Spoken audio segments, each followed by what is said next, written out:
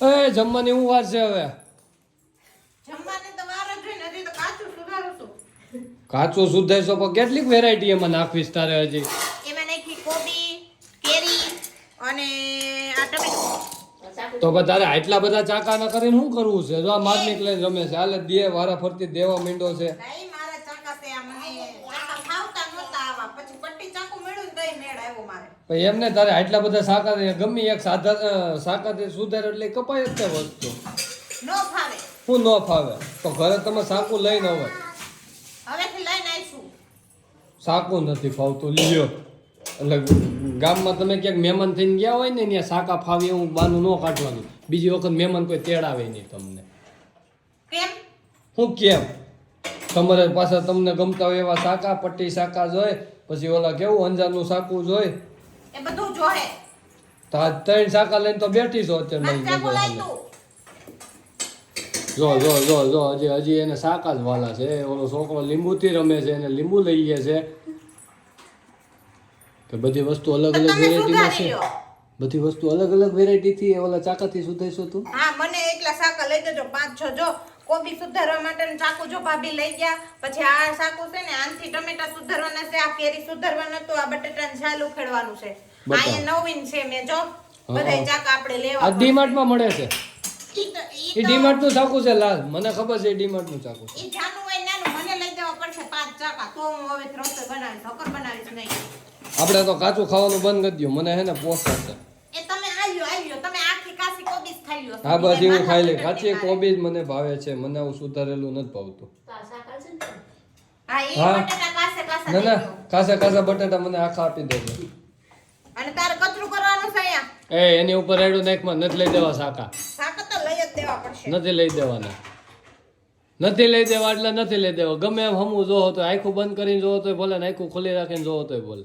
બંધ કરે પરતાપ નો દેખાય, ખોલીને બતાવવાનો.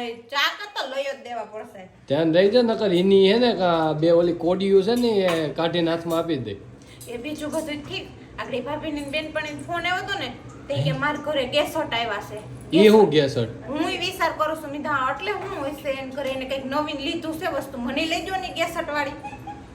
એ કેસટ નું કેતા આવી છે હવે. ગેસટ નહીં તો ઉભા રહો. જો ભાઈ બોલો ઈ ગેસ્ટ આવ્યા એમ કીધું. અરે ગેસ્ટ એટલે મહેમાન થાય. અરે ભગવાન, મેં તો મારો કીધું તો હમણાં મેં દિવાળીએ પૈગે લાગવાના પૈસા ભેગા છે ને એમાંથી 3000 નું ગેસટ આવી જાય તો હું લઈ લઈને આવું. હું પણ હવે ગેસટ એટલે મહેમાનો થાય. એ અરે ભગવાન, મારા તો કઈ નદીમાં નાગલા ઉડાય છે ને મને નથી ખબર પડતી હજી.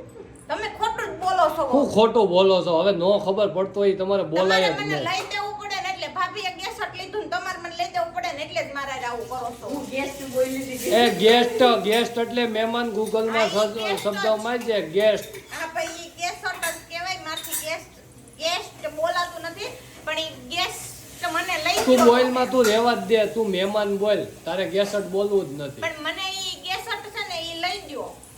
એટલે એ મહેમાન કઈ લેવાની વસ્તુ નથી. એ તમારી ઘરે આવે મહેમાન થાય તો એ ગેસટ કહેવાય. પણ ભાભી તેમ કહેતા હતા કે હમણાં ગેસટ છે કે પછી હું તને ફોન કરી. વાહ. તો પાર્લરમાં જવાનું કે એટલે ઈ પાર્લરમાં જવાના છે તો આપણે એની ઘરે આવ્યા કે નહીં એટલે આપણે ગેસટ એટલે આપણે મહેમાન. હા આપણે મહેમાન. એને આપણે 3000 દઈને ખરીદ્યા નથી. મિત્રો તમે કોમેન્ટ કરો તો કે ગેસટ છે એટલે મહેમાન થાય કે કઈક વસ્તુ થાય. આને મને લઈ નથી દેવી ને એટલે નવીન વસ્તુ કઈક બાયુની નીકળી લાગે જેમ પશ્મિના નીકળી છે ને એમ. એ નથી લઈ દેવી જા. આ તો ગેસટ તો હવે આવશે જ. આમાં બધાને ખબર જ છે વિશાલ લુખે છે ત્યાં કઈ જ દીધું છે. હવે નથી લઈ દેવી જા. હવે ગેસટ લેવા હે જ. નહીં હવે નથી જ લઈ દેવું. હવે મારી ઘરે ગેસ્ટ આવશે જ. ત્યાં ભલે ના મને કઈ વાંધો નથી. આ બસ એમ